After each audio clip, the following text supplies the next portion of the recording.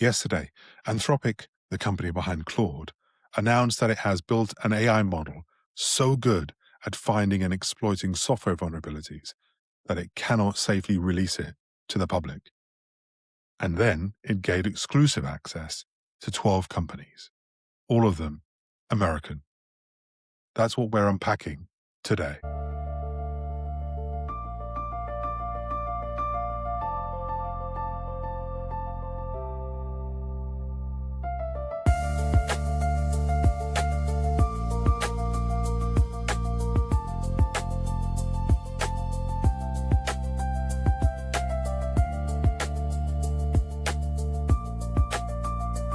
Welcome to the Control Layer.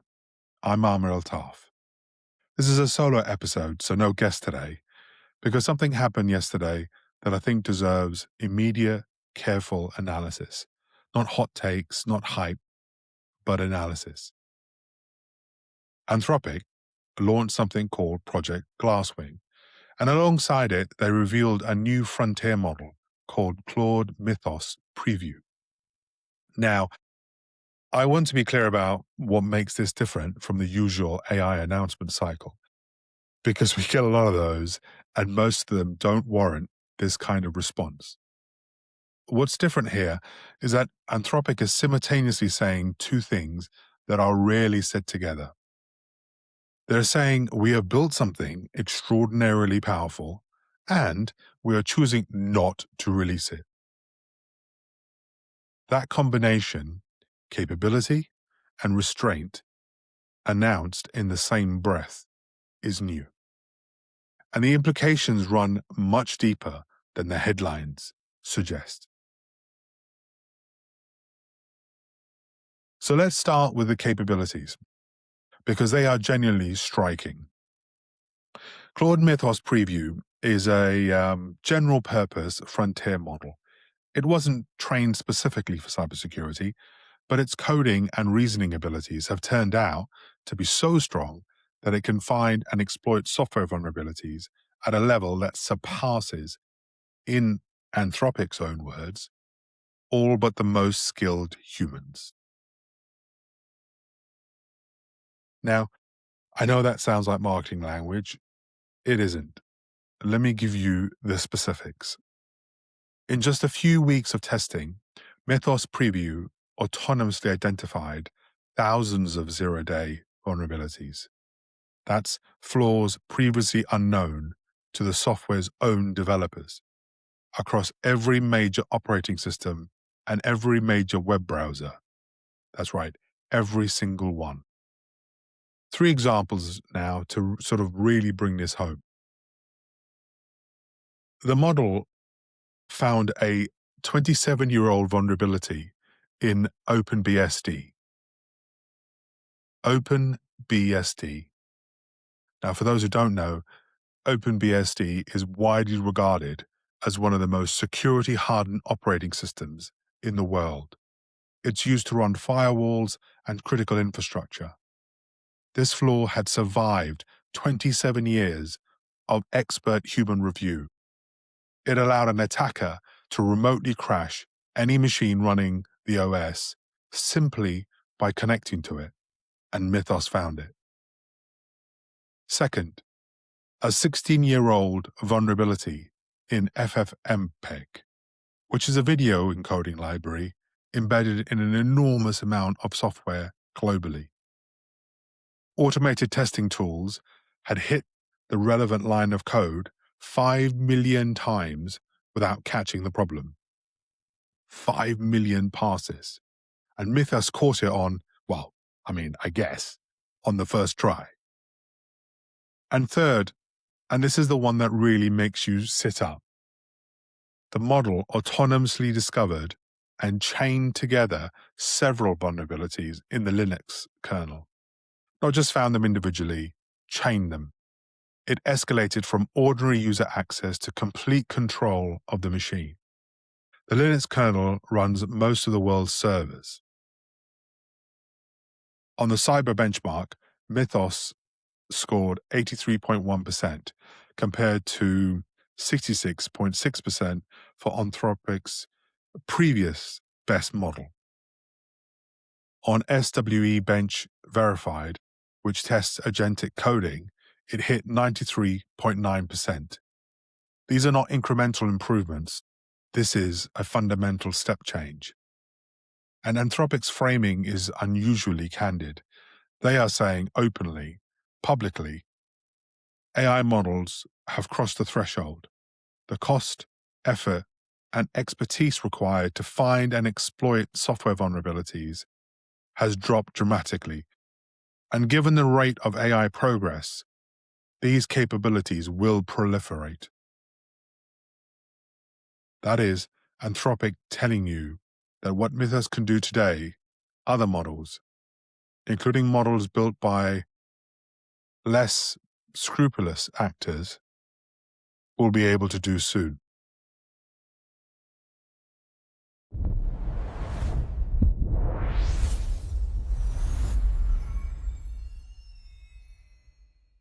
Now, before I get to the harder questions, I want to be fair to the defensive case, because the logic behind Project Glasswing is sound, and in many respects, it's overdue.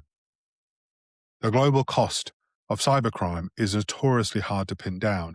Credible estimates range from around $500 billion to over $1 trillion annually, depending on methodology and, what you count. The attack surface is vast and growing. Banking systems, healthcare records, logistics networks, energy grids, and critically, the open source software that underpins virtually all of that infrastructure. Until now, finding serious vulnerabilities required a level of expertise held by a very small number of people globally. If an AI model can scan a code base of millions of lines and surface flaws that survived decades of expert review, and you can fix those flaws before they're exploited, that's genuinely transformative. There's no other word for it. The open source dimension is particularly important, and I want to linger on it for a moment. The Linux Foundation's Jim Zemlin, and I'm going to quote him directly, said that open source maintainers whose software underpins much of the world's critical infrastructure have historically been left to figure out security on their own. That's true. It's been true for years.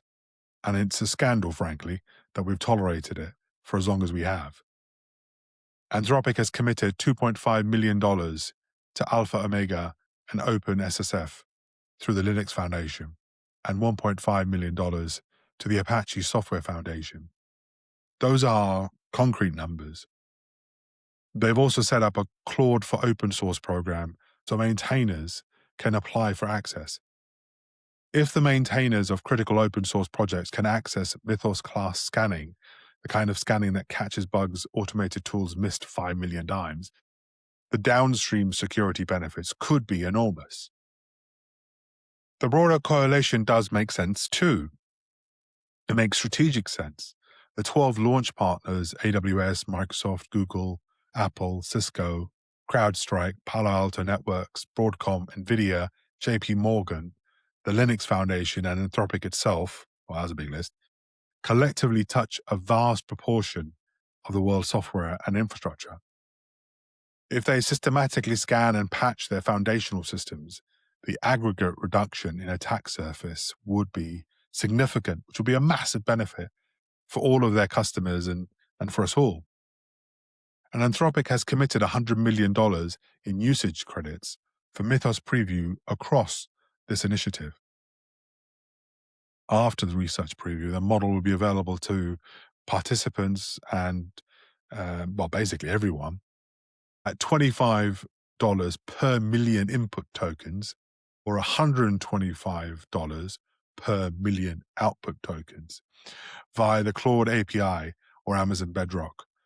So I think it's also available on Google Cloud Vertex AI and also on Microsoft's Foundry. This is not a symbolic gesture. It's a serious resource commitment to defensive cybersecurity. So I want to be clear, the defensive case is strong. I think Project Glasswing is on balance a good thing. I think it is likely to result in real vulnerabilities being found and fixed. And I think the decision to restrict Mythos Preview rather than release it publicly is responsible, perhaps even courageous, given the commercial pressure to ship. But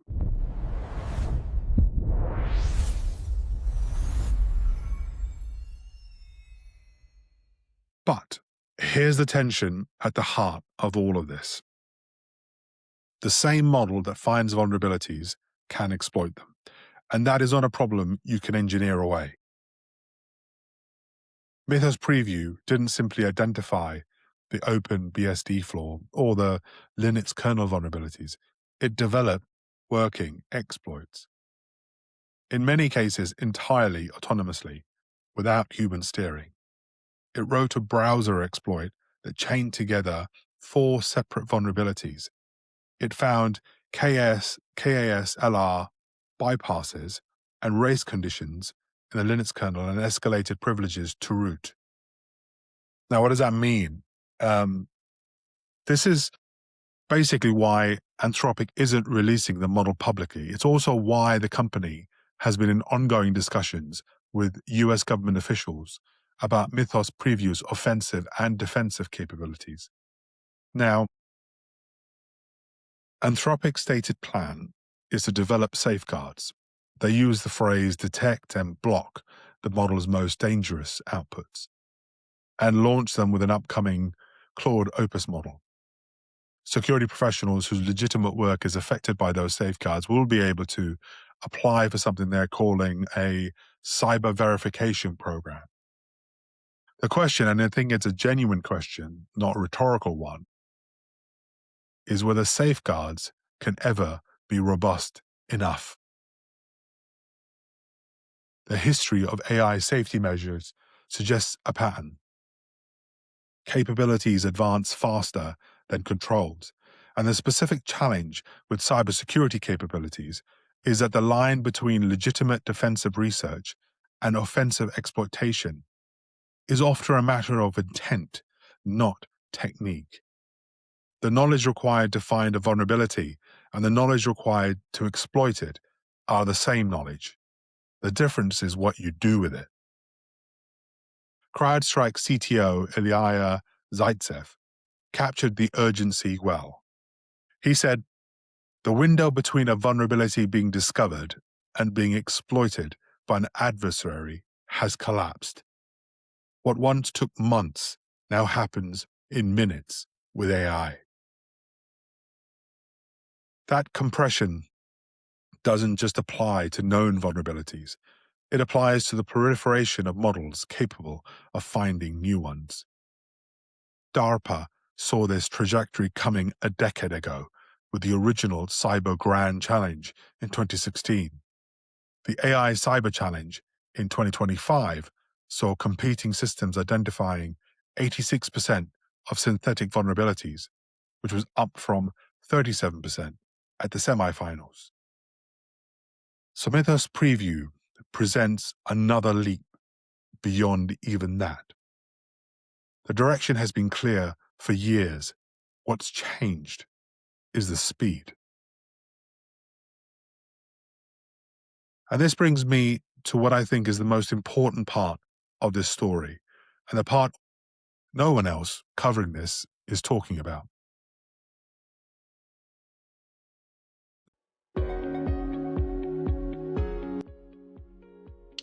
The control layer is a production of Arcava.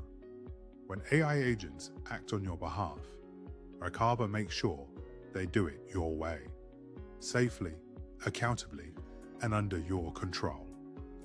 Whether you're deploying agentic workflows, automating operations, or navigating the shift to AI-first systems, we're the consultancy that puts you in command. Visit arcava.ai. That's ARKAVA.ai.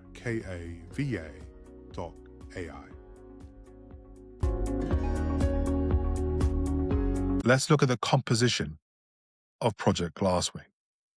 The 12 launch partners: Amazon Web Services, Anthropic, Apple, Broadcom, Cisco, CrowdStrike, Google, JPMorganChase, the Linux Foundation, Microsoft, NVIDIA, and Palo Alto Networks. Every single one is US headquartered.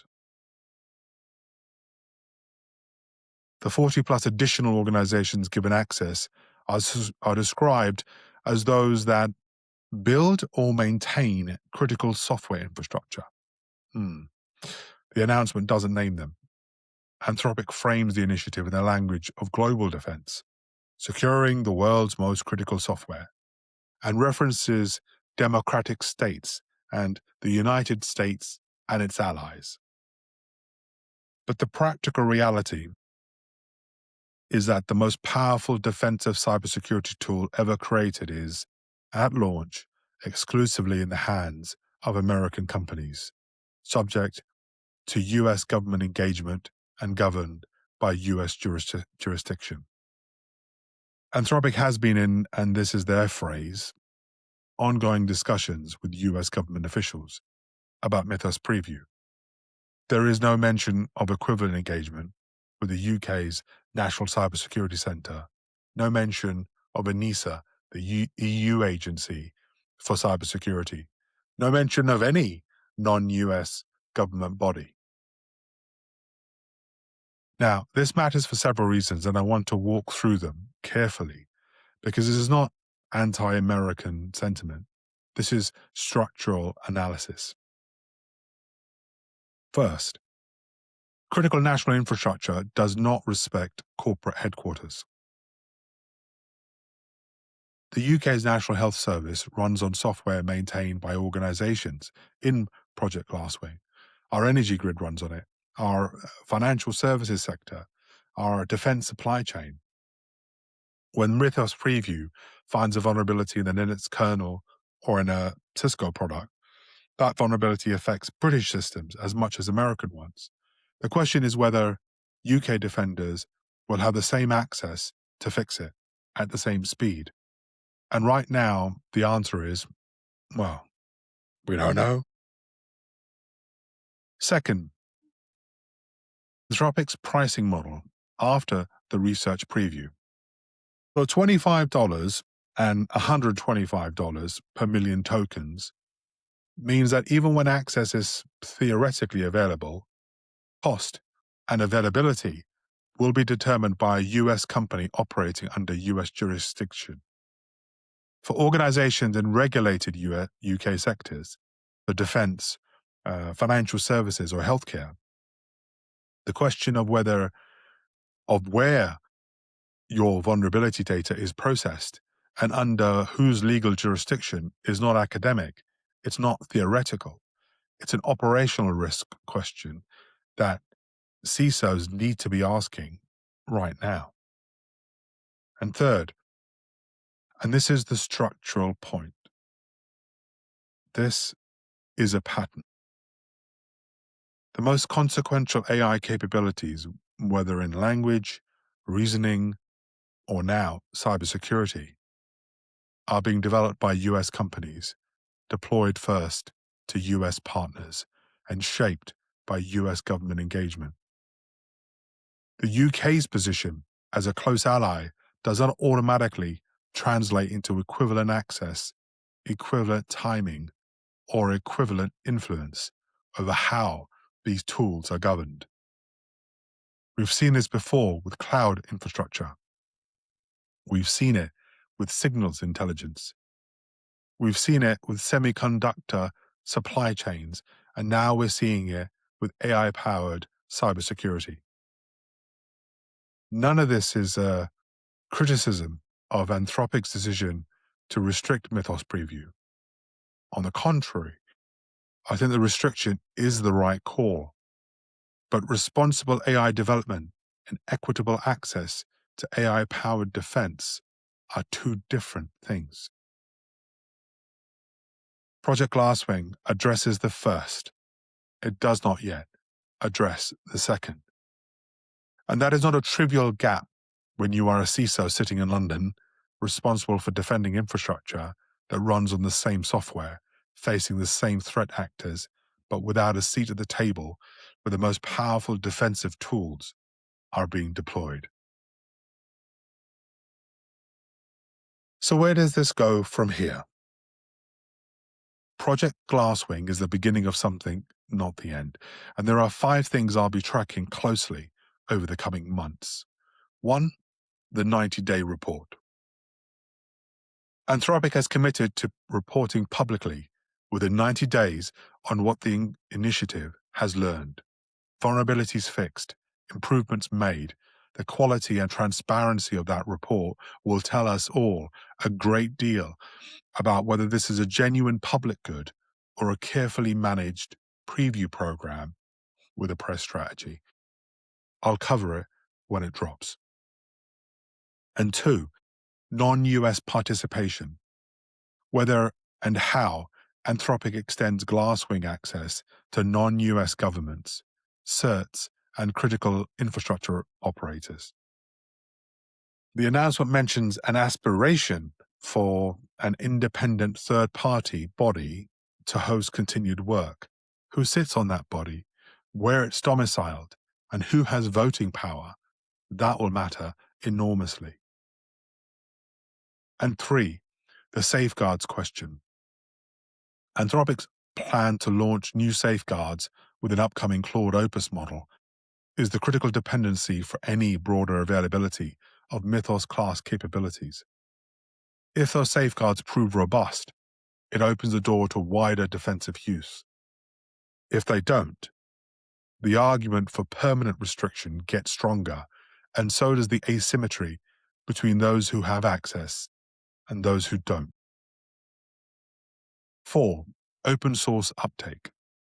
The $4 million in direct donations and the Claude for Open Source program are the most democratizing elements of this entire announcement, where the maintainers of critical open source projects actually adopt Mythos class scanning, and whether the tools are accessible enough for under-resourced, volunteer-run teams, will determine whether this narrows or widens the security gap between well-funded organizations and everyone else.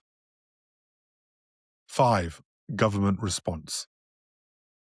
The UK government's forthcoming cybersecurity and resilience bill and the EU's implementation of the NIS2 directive will both need to reckon with a world in which AI systems can find and exploit vulnerabilities faster than human defenders can patch them.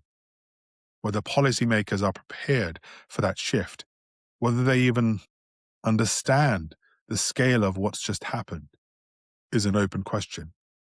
And it's one this podcast will keep asking.